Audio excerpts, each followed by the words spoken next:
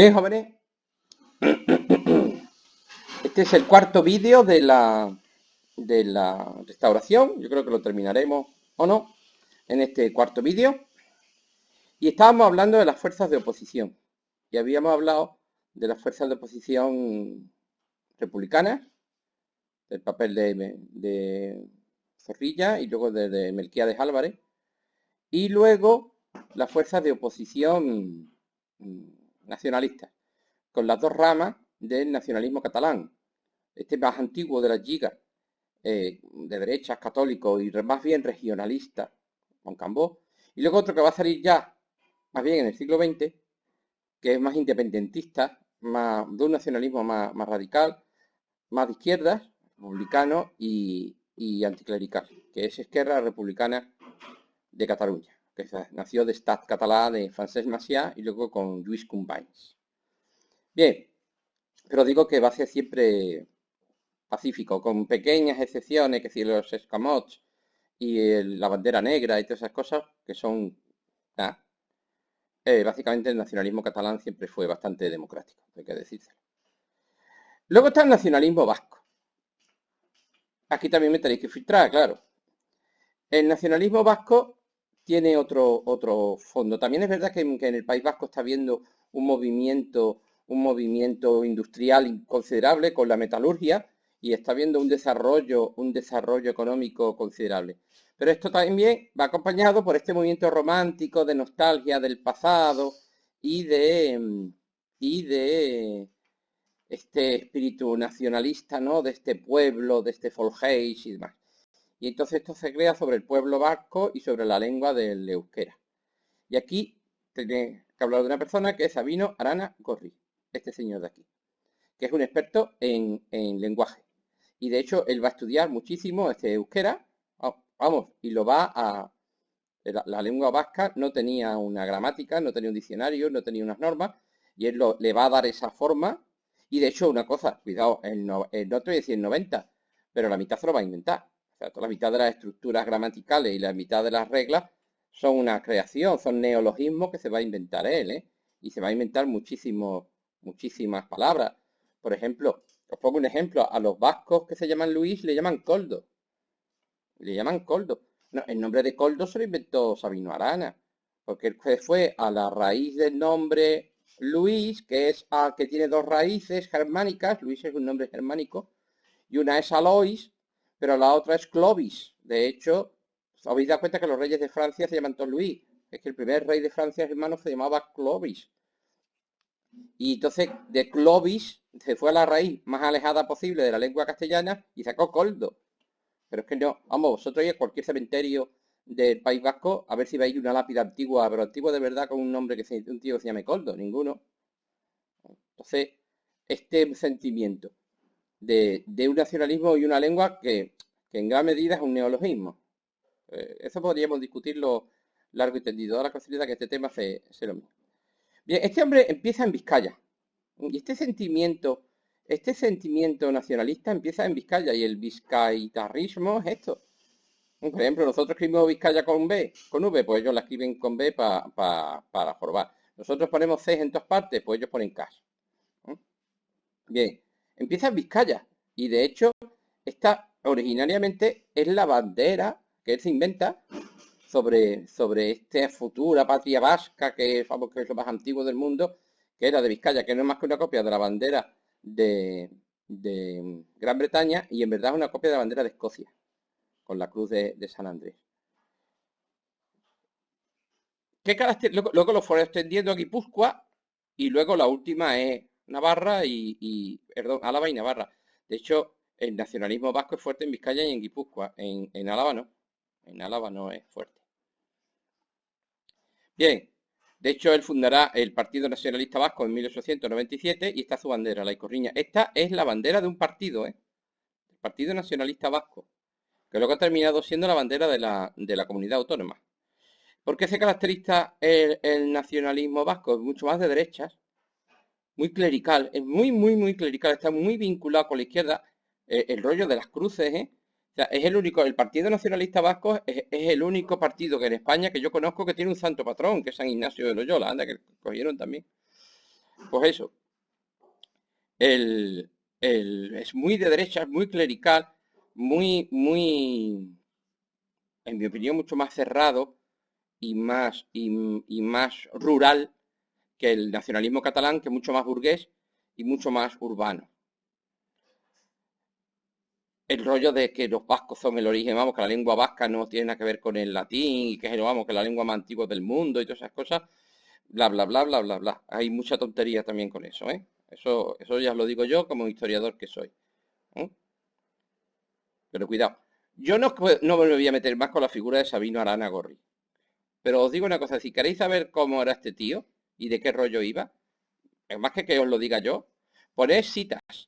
Pone Sabino Arana Gorri, entráis en Google, pone Sabino Arana Gorri, citas y frases que haya dicho este tío y leéis lo que escribía este tío sobre los españoles y esas cosas. Este nacionalismo es muchísimo más racista. Este tío de verdad tenía el rollo del Volksheim metido en la cabeza y que lo vasco era lo más grande del mundo. La verdad tenía un mal rollo. A mí es que el nacionalismo vasco, lo siento. El catalán tiene sus cosas, ¿no? Tiene sus cosas muy positivas. Os digo que esto aquí me tenéis que filtrar, ¿eh? Aquí me tenéis que filtrar y mucho. Pero yo creo que el nacionalismo catalán ha aportado muchas cosas muy positivas a España. En la transición, por ejemplo. Pero el nacionalismo vasco tiene otro, ese rollo clerical, rural, de derechas, uff. Y luego en el siglo XX tiene una mutación y ya es la leche, ¿no? Se mezcla con la izquierda estalinista y sale ya de ahí un monstruo que se llama ETA. Pero un monstruo, ¿eh? Sale un monstruo. Bien, ahí dejamos el nacionalismo vasco. Recomiendo someteros en Google, poned Sabino Arana Gorri y a ver qué decía este tío. Y os vaya a quedar encantados con él. Bien. Y nos queda la otra fuerza de oposición, o mejor dicho, la gran fuerza de oposición, que es el movimiento obrero. Y el movimiento obrero es que se merece un tema para él solo, ¿no? Se merece un tema para él solo porque el movimiento obrero tiene gacha. Además, claro, todos vosotros habéis aprobado cuarto de la ESO, por lo cual todo lo que yo voy a explicar, esto lo sabéis.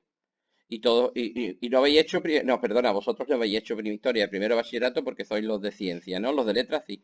Pues haber hecho historia, porque la verdad que aquí esto hay que saberlo.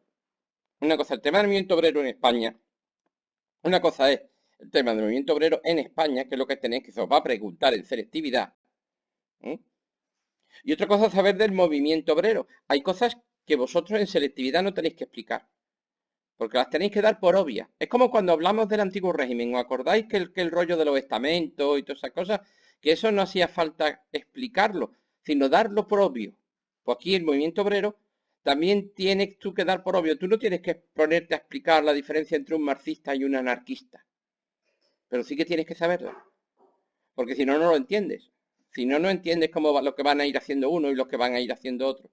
Entonces, yo aquí vamos a hacer dos cosas. Yo voy a explicar el movimiento obrero en España, el movimiento obrero en España, pero luego os tengo que hacer una pequeñísima introducción para que distingáis sobre todo las dos grandes ramas del movimiento obrero, los marxistas y los anarquistas.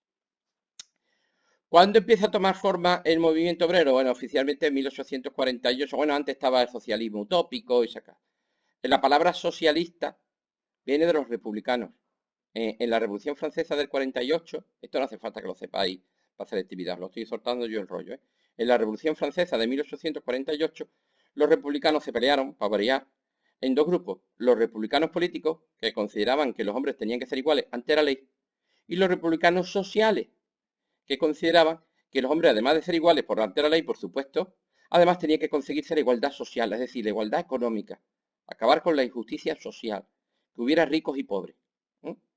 Entonces a estos republicanos sociales, que tomaron por emblema la bandera roja, les llamaron socialistas. Y luego esa palabra socialista, pues fue rondando por el siglo XIX, aparecieron los socialistas utópicos y demás, pero luego es la palabra que tomó Marx para su movimiento. Aunque luego Marx también tomará otra palabra, de hecho cuando funda el libro junto con Engels, el libro se llama El Manifiesto Comunista. La palabra socialista confunde muchísimo. La palabra socialista confunde, porque tiene sentido según el tío del movimiento obrero que lo diga. Yo conozco un país que se llamaba la Unión de Repúblicas Socialistas Soviéticas y conozco un partido que se llama el Partido Socialista Obrero Español. ¿Qué tienen que ver? Nada, nada. Son dos cosas totalmente distintas, son dos ideas del socialismo que no tienen nada que ver, gracias a Dios, para España. Y eso. Así que aparece por primera vez. ¿Cuándo cuaja? Pues cuando Marx y Engels crean el socialismo científico. A Engels que lo sursan porque tenía que haber puesto primero el nombre en el libro, todo el mundo va a hacer famoso el Marx y por eso el movimiento se llama marxismo.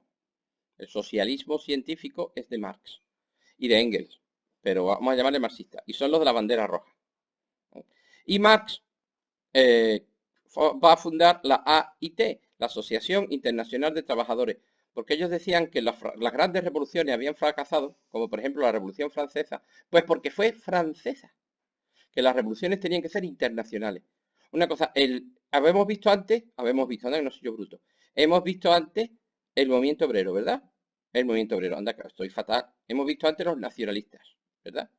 Pues los del movimiento obrero son todo lo contrario, son internacionalistas. O sea, lo contrario de un nacionalista. Ellos no creen que haya el pueblo español, ni el pueblo francés, ni el pueblo de las cachimbambas. Existe la humanidad. Y se acabó. Esta es una idea que yo comparto bastante con ellos, estoy que decirlo. Bien, entonces funda la AIT, la primera internacional que se reunió en Londres en 1864, para hablar de estos temas. Y aquí es donde ya empezamos con el movimiento obrero y lo primero que hacemos es fijar el icono que ponemos, ¿no? Se pelean. Y hay una pelea en la primera internacional. Y salen ya las dos famosas ramas del movimiento obrero. Por un lado está la rama marxista, que son los seguidores de Marx, y luego está la rama anarquista, que son los seguidores de Proudhon y sobre todo de un ruso que se llama Bakunin, que se pelearon los dos. Las dos ramas del movimiento obrero tienen muchísimas cosas en común. Por ejemplo, esa dialéctica de los opresores contra los oprimidos, ¿no? Que los pobres son pobres porque los ricos se quedan con la riqueza de los pobres. Que los pobres están alienados del fruto de su trabajo, especialmente los obreros. El movimiento este lo van a hacer sobre todo los obreros. Los campesinos se pelean mucho entre ellos. Son los obreros los que tienen conciencia de clase. Pues bien, esta dialéctica de opresores y oprimidos, de todas las cosas malas que le pasan a los pobres, tienen la culpa a los ricos, eso es típico del movimiento obrero. Otra cosa que tienen en común es la lucha de clases. O sea, es que el concepto de clase, la clase obrera, la clase campesina y la clase burguesa que tiene que ser eliminada. Y también pasan por los dos por el proceso revolucionario. Que esto no se va a conseguir por las buenas. Esto se va a conseguir por una revolución y una revolución violenta. En eso tienen en común los marxistas y los anarquistas. Los anarquistas son más, como más, a mí es que en el anarquismo, y esto me tenéis que filtrar, por supuesto, me parece más una religión que una idea política. Tiene mucho de credo, de una esperanza, de una salvación en el más allá, de una redención, de un sacrificio, de un pecado, de una culpa. Tiene un rollo mesiánico, el anarquismo muy fuerte, que también lo tiene el marxismo, pero el anarquismo especialmente. El anarquismo va a ser fuerte en regiones atrasadas de Europa. Va a ser fuerte en tres zonas, en Italia, en Rusia y en España. Por el contrario, el marxismo va a ser fuerte pues, en Alemania, en Francia, en España, en parte también, y luego ya veremos en Rusia. En Rusia también, y lo primero que van a hacer los marxistas rusos es cargarse a los anarquistas, pero esto es otra historia. Por cierto, a marxistas y anarquistas se van a odiar a muerte. Lamento decirles que cuando digo a muerte, es a muerte, que se lo digan a Andreu Nin y toda esa gente, y los del PON y demás, y a los de y lo que era, ya veremos, a muerte. Bien, Andreu Nin no era anarquista, era del PON, pero bueno, como si lo fuera. Bien, ¿cuándo llegan estas ideas del movimiento obrero, de esta lucha de clases, de esa clase obrera que tiene que hacer una revolución contra sus opresores burguesas? Lo que vienen a decir esta gente es que cómo puede ser que habiendo tanta riqueza en el mundo, en plena revolución industrial que estamos, haya tanta miseria, ¿no? Dice, porque los ricos se quedan con lo que producen los pobres. Es básicamente la idea, esta dialéctica opresores oprimidos, ¿no? Y eso había sido desde el sistema faraónico, el sistema oriental, el sistema esclavista romano, el sistema feudal y todas esas cosas. Bien, Marx sabía mucho de historia y tenía hay una corriente de histórica marxista muy fuerte, que era la que mandaba en la universidad cuando yo era estudiante. Bien, ¿y esto qué tiene que ver con España? Pues os digo, la primera vez que las ideas marxistas llegan a España, perdón, las ideas del movimiento obrero, vamos a hablar bien, y de esta AIT, la Asociación Internacional de Trabajadores, llega a España es con la Revolución Gloriosa.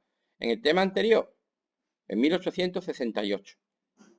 La AIT se había reunido por primera vez en el 64. Y cuando se estalla la revolución en España, mandan enviados de la Asociación Internacional, en la AIT de Londres no hubo ningún español, a España. Y mira por dónde que vienen dos. Vienen dos tíos. O sea, ya el movimiento obrero llega a España y ya llega roto.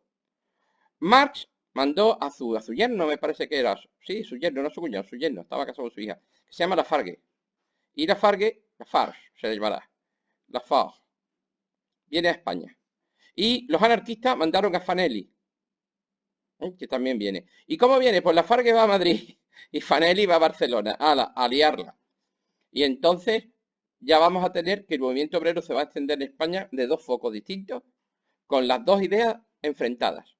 La idea marxista y la idea anarquista, que todavía no las entendéis porque aún no las he explicado, porque os he explicado lo que tienen en común, pero no he explicado lo que tienen de distinto. Y os lo explico en un par de láminas.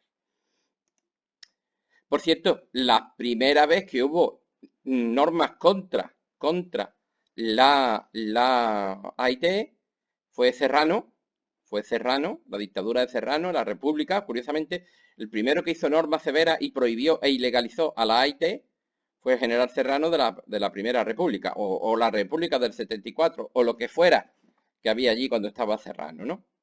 Es curioso que fue la Primera República. La primera represión seria del movimiento obrero fue la represión de la Comuna, ¿eh? La Comuna fue, ¿os acordáis de MacMahon y que fusiló ahí a 30.000 tíos ahí sin despeinarse en la República Francesa? Os digo una cosa, hay una cosa muy curiosa, esa represión tan fuerte que va a tener por parte del ejército. El ejército hace la fuerza represiva del movimiento obrero, sobre todo en la Comuna de París, ¿eh? Sobre todo en la Comuna de París, y luego después hace que desde casi su origen el movimiento obrero es antimilitarista. Por supuesto es anticlerical. Con la iglesia se llevan a muerte, pero también es antimilitarista. No te digo nada con la monarquía. Es antimilitarista. Está en contra del ejército. Está en contra de lo militar. Desde siempre. Esto hace que no haya muchos militares de izquierda a partir de ahora. Lo cual es un error. Lo cual, en mi opinión, esto es una opinión totalmente personal mía, que la izquierda sea antimilitarista lo que ha hecho es dejarle el ejército a la derecha. Y eso es un error tremendo, vamos, estáis dejando la violencia, el monopolio de la violencia en manos de la derecha. Pero eso es lo que pasó. Es verdad que la izquierda va a tener siempre un rechazo, y lo sigue teniendo hoy, a día de hoy, ¿eh? Lo sigue teniendo a día de hoy a lo que es la institución del ejército. Y entonces ese rechazo del militarismo va a hacer que el ejército quede en manos de la derecha. Hasta ahora hemos visto muchos militares progresistas, que si Prim, que si Riego y toda esa gente, Espartero, eso se va a acabar. Lamentablemente para nosotros, eso se va a acabar. Bien, entonces, ¿por dónde se extiende el movimiento obrero en España? Pues miren ustedes, el movimiento obrero se extiende en dos zonas. Mira, por un lado, Lafargue os dijo que fue a Madrid. Y el socialismo, el marxismo, llamémosle socialistas a los marxistas, de hecho se llamaba así mismo socialistas. Lo que pasa es que luego este término va a confundir porque va a salir otra rama del marxismo que es el comunismo. Y el socialismo, en verdad, el comunismo es el que se mantiene y el socialismo es el que se va, pero es una larga historia, no os voy a confundir. Bien, digamos que los marxistas, vamos a llamarle marxistas, de la Farge será, en francés, vienen a Madrid. Y se extienden por Madrid. Madrid siempre sí fuera un foco industrial importante y un foco de, vamos, está la capital, hay un negocio. Y luego se van a extender a otro foco importante que va a ser Asturias. En Asturias hay una industria interesante, sobre todo industria del metal, y también en las minas de carbón. Va a tener mucho éxito el movimiento obrero en las cuencas mineras, entre los mineros del carbón. Y también en elementos puntuales como la industria vasca. Pero cuidado una cosa, la zona esta del País Vasco, de Navarra y todas esas cosas, es zona de campesinos propietarios de sus tierras más de derechas que la mar, ¿eh? Y con ese rollo nacionalista, entre el carlismo, están los que son los carlistas y los nacionalistas, con mucha iglesia, mucho cura, y entonces es verdad que hay movimiento obrero en el País Vasco, pero es estrictamente urbano. Otro foco, curiosamente, es lo mismo, la ciudad de Málaga. Málaga también tenía un desarrollo industrial importante en esta época que va a ser Málaga es un centro fallido. Málaga podría haber sido, pero no fue un gran centro industrial. Entonces tenemos el marxismo, sobre todo centrado en las ciudades sí los hay, y en el centro en Madrid, y luego otro foco secundario importante en Asturias, con los mineros.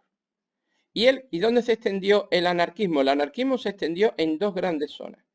Hoy un foco que es Barcelona y su cinturón, Tarrasa, Sabadell, de zonas industriales, de poblaciones industriales. La industria textil catalana tiene montones de obreros y estos obreros van a abrazar el anarquismo. Curiosamente hay una ciudad que es Zaragoza, que también va a ser tremenda, vamos, es la capital del anarquismo español, Zaragoza. Entonces, básicamente todo lo que es la costa mediterránea, ¿eh? Pero sobre todo en Cataluña. Cataluña es el gran foco del anarquismo.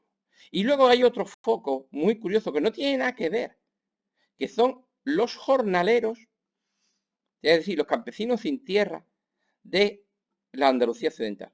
Aquí los tenéis en Sevilla, en Cádiz, en Málaga, sobre todo en Sevilla. Sevilla y Cádiz son las dos provincias más anarquistas.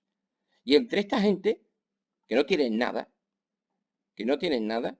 de pronto va a cuajar el anarquismo. Es curioso, los campesinos nunca han tenido una ideología política. Y si la han tenido es de la mitad norte de España para arriba, carlistas y de derechas. Cuando no eran carlistas eran de los moderados. Cuando no eran moderados son del Partido Conservador. O sea, siempre una gente muy de derecha porque son propietarios de sus tierras. Y la palabra propiedad ya lleva ese rollo. En cambio, políticamente hablando, los jornaleros del sur no habían pintado nada hasta ahora. Y de pronto se va a crear un foco muy importante en Andalucía. Entonces tenemos dos grandes focos anarquistas, Cataluña y Andalucía. Y dos grandes focos marxistas, Madrid y la cuenca minera asturiana. Y el resto la verdad no hay un movimiento obrero así. Pablo, y en Badajoz, hombre, pues también habría alguno, y no te digo yo que no, pero no es tanto.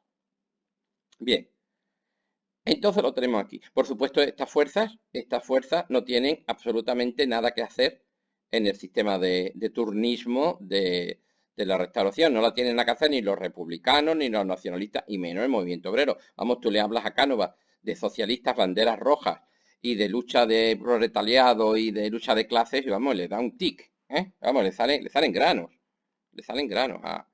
a este hombre. Pues bien, tenemos aquí el reparto, esto es una fuerza de oposición, una fuerza muy organizada, ¿eh? Y yo digo, a medida que vayan creciendo las ciudades, cada vez va a haber más obreros y cada vez va a haber un desarrollo obrero más importante. Y una cosa, y esto es lo que se va a cargar el caciquismo. O sea, que Barcelona, que Madrid, que Bilbao, que Oviedo, que Málaga, que Sevilla, que Valencia, esas son las que van a decidir las elecciones. Y aquí los caciques no tienen nada que comerse, porque se van a encontrar con unas estructuras políticas fuertes. Además hay una cosa muy curiosa que os digo. ¿Os acordáis que el sistema de Cánovas se caracterizaba por el posibilismo? Es decir, yo tengo 4 ideas generales y el resto, bueno, pues ya veremos, ¿no? Esta gente no. El movimiento obrero tiene una ideología muy marcada y muy fanática, ¿eh? Y muy fanática. Hay unas ideas, este final del siglo XIX y principio del siglo XX, el siglo de las ideas. Y la gente se le encasquetan las ideas en la cabeza y por sus ideas matan, ¿eh? Cuidado, cuidado. Entonces, este sistema canovista tan, venga, 4 tonterías, 4 ideas madre y el resto ya veré. No, esto se va a encontrar con un enemigo férreo, ¿eh? Con un enemigo férreo, muy bien organizado y con una grandísima base teórica. Os digo que Marx y Engels y Bakunin y todas esas cosas eran unos empollones de cuidado, ¿eh? Unos empollones de cuidado, son unos cerebros duros, ¿eh? Duros en el sentido de fuertes, de potentes. Y de duros también. Bien, Os he hablado de lo que tienen en común marxistas y anarquistas. Y ahora voy a haceros aquí un KitKat y os voy a explicar qué diferencias hay entre uno y otro. Y sobre todo cómo funcionan. Porque luego cuando veamos la evolución política de España, veremos que unos hacen unas cosas y otros hacen otras. Y si no entendemos esto, no entendemos por qué los anarquistas hacen una cosa y por qué los marxistas hacen otra cosa distinta. ¿Y qué demonios son los socialistas? Pues bien, esto se llama el proceso revolucionario marxista. Es decir, la clave está en, ahora mismo, la clase trabajadora está oprimida por la burguesía. La burguesía es como un vampiro que se queda con toda la riqueza de la clase trabajadora. Por eso la burguesía es tan rica, eso es lo que dice Marx y Engels y Bakunin y toda esa gente. Yo aquí me voy a poner en el papel de ellos. Esa burguesía, con sus aliados, el ejército, la iglesia, la monarquía, por supuesto la banca y todas esas cosas, los grandes propietarios latifundistas, los grandes propietarios agrícolas, esa gente se quedan con la riqueza como una especie de vampiro gigante y mantiene a la clase obrera y a los campesinos también de camino en la miseria más absoluta, alienados del fruto de su trabajo. ¿Eh? Esa es la idea madre. Entonces, ¿qué es lo que tenemos que hacer?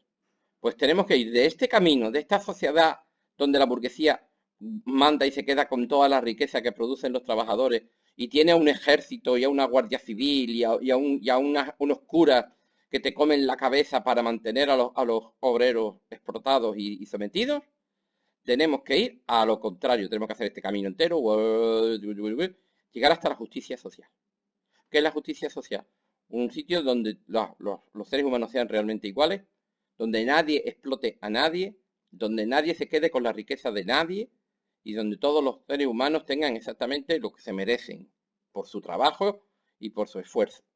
Esa justicia social, que es el sueño de toda la izquierda. Y el mío también, si nos ponemos así. Bien, entonces tenemos que ir de aquí a aquí. Los socialistas utópicos se dedicaban a dibujar mundos de fantasía donde todo esto era muy bonito, pero no explicaban el camino. O sea, si tú me dices, ¡ay, qué bonito! Tú estás a este tío que está aquí tirando de una barcaza en el Volga. Estos son remeros del Volga. A este tío que está aquí, le dice, ¡ay, qué bonito sería un mundo donde todas las personas fueran iguales y todos trabajáramos y nuestra riqueza se repartiera por igual y los niños fueran felices y no hubiera opresión! Y le dice este tío, ¿y ahí cómo se va? Ah, no tengo ni idea. Pues entonces eso no sirve para nada. Lo que hay que hacer ahora es el camino. Hay que hacer el camino. Y ese camino lo diseñaron, los primeros en diseñarlo en serio fueron Marx y Engels. Se le llama el proceso revolucionario. Y el problema es que, amigo mío, tenemos dos procesos revolucionarios distintos. Aquí por este lado sale el proceso revolucionario marxista, que lo vamos a poner con la bandera roja, y por este otro lado, el de abajo, sale el proceso revolucionario anarquista, que está con la bandera anarquista. La bandera anarquista está, la roja y negra. Entonces vamos a ir viendo que estos van por un camino y estos van por otro camino. Y luego tienen puntos comunes. Por ejemplo, aquí tienen un punto común, aquí tienen otro punto común. Pero luego van a tomar caminos distintos. Y entonces vamos viendo. Es curioso, los dos quieren lo mismo, marxismo y anarquismo quieren lo mismo. Marxismo y anarquismo se dan cuenta que el enemigo es la burguesía. Marxismo y anarquismo consideran que tiene que haber una lucha violenta para acabar con esta burguesía. Pero en lo demás no se ponen de acuerdo.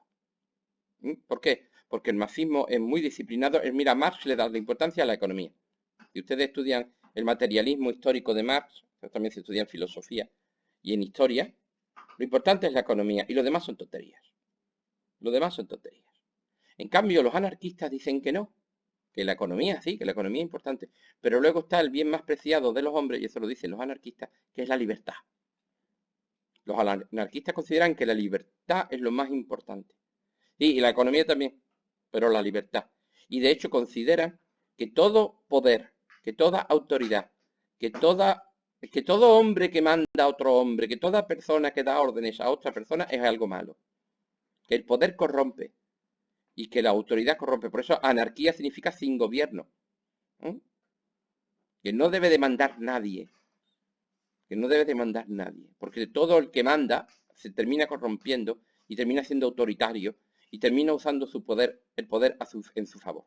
Por el contrario, los marxistas consideran que por supuesto que tiene que mandar a alguien. Vaya, vamos y va a mandar. Y sí que tiene que haber el poder. Los anarquistas quieren destruir el poder y los marxistas lo que quieren es usar el poder. Ellos quieren destruir el poder, los anarquistas, para conseguir la justicia social y los marxistas quieren usar el poder para conseguir la justicia social. Eso si leéis un libro que se llama El Señor de los Anillos, pues Frodo quiere destruir el anillo porque considera que el poder es malo. Sería un anarquista y yo qué sé, Boromir quiere usar el anillo y sería un marxista. Si es que J.R.R. Tolkien tenía esa interpretación, que lo dudo.